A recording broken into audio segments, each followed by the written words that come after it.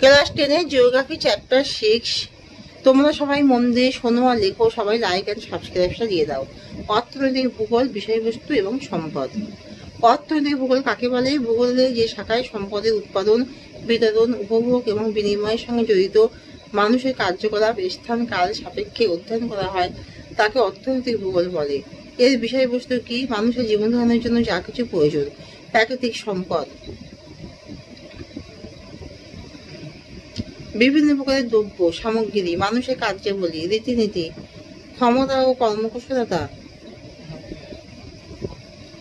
অর্থনৈতিক ভূগোলের বিষয়বস্তু।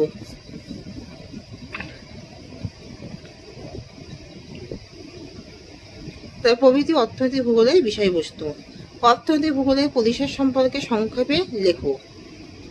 অর্থনৈতিক ভূগোল প্রধানত মানুষের অর্থনৈতিক কার্যকলাপের বিতরণ ও এর সাথে জড়িত কারক ও প্রক্রিয়াসমূহ অধ্যয়ন করা হয় অর্থনৈতিক ভূগোলে। এর অধ্যয়নের পরিসর মূলত বিশেষ কয়েকটি প্রশ্নের উপর জড়িত। অর্থনৈতিক কার্যটি কোথায় অবস্থিত? অর্থনৈতিক কার্যটির বৈশিষ্ট্য কি কি? অর্থনৈতিক কার্যটি অন্য কি কি? পরিঘটনার সাথে জড়িত।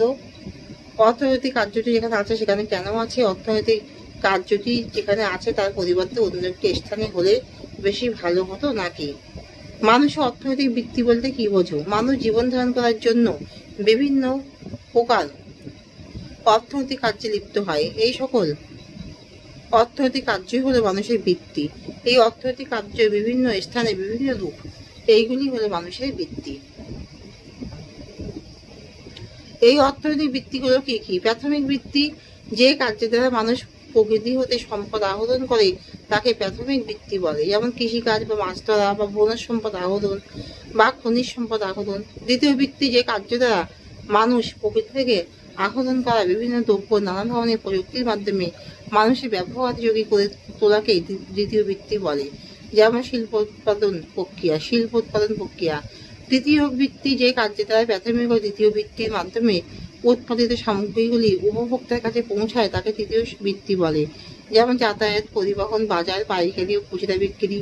চতুর্থ বৃত্তি, যে কার্যের দ্বারা দ্বিতীয় ও তৃতীয় বৃত্তিসমূহকে অতি সহজ ও ফলপ্রসূ করে তোলাতে সাহায্য করে তাকে চতুর্থ বৃত্তি বলে, যেমন ব্যাংক, অন্যান্য বিত্তীয় প্রতিষ্ঠান।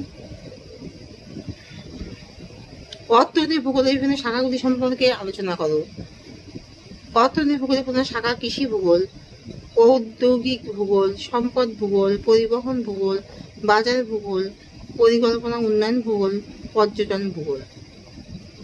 কৃষি ভূগোল অর্থনৈতিক ভূগোল একটি অন্যতম শাখা। এই ভূগোলে কৃষিকাজের সাথে জড়িত কারক সমূহ, কৃষির প্রকার, কৃষিকাজের বিবরণ ও পদ্ধতি, শস্যের উৎপাদন এর সাথে জড়িত। ঔদ্যোগিক ভূগোল এখানে উদ্যোগ স্থাপনের সাথে জড়িত অর্থনৈতিক তথ্য, অন্যান্য কারক সমূহ, উদ্যোগের প্রকার ও ভৌগোলিক বিতরণ, ঔদ্যোগিক সামগ্রিক উৎপাদন, উদ্যোগ অবস্থানের সাথে জড়িত ক্ষুদ্র। সম্পদ ভূগোল এখানে সম্পদের প্রকার, আঞ্চলিক বিতরণ, সম্পদ উদ্ঘাটন তথা উৎপাদনের সাথে জড়িত কারক সমূহ। পরিবহন ভূগোল, এই ভূগোলে পরিবহন ব্যবস্থার প্রকার ও সাথে জড়িত কারক সমূহ, সম্পদ বিতরণে পরিবহনের ভূমিকা, মানুষের যাতায়াত তথা অর্থনৈতিক কার্যকলাপে পরিবহনের ভূমিকা প্রভৃতি গুরুত্বপূর্ণ। বাজার ভূগোল এখানে বাজার স্থাপনের প্রয়োজনীয়তা ও এর কারক সমূহ, বাজারের প্রকার বিতরণ প্রভৃতি জড়িত।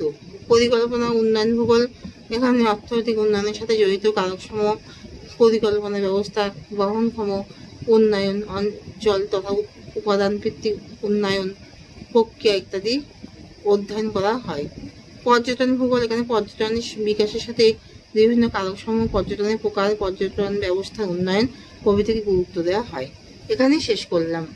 তোমরা কিন্তু সবাই লাইক এন্ড সাবস্ক্রাইবটা কিন্তু সবাই দিয়ে দিও।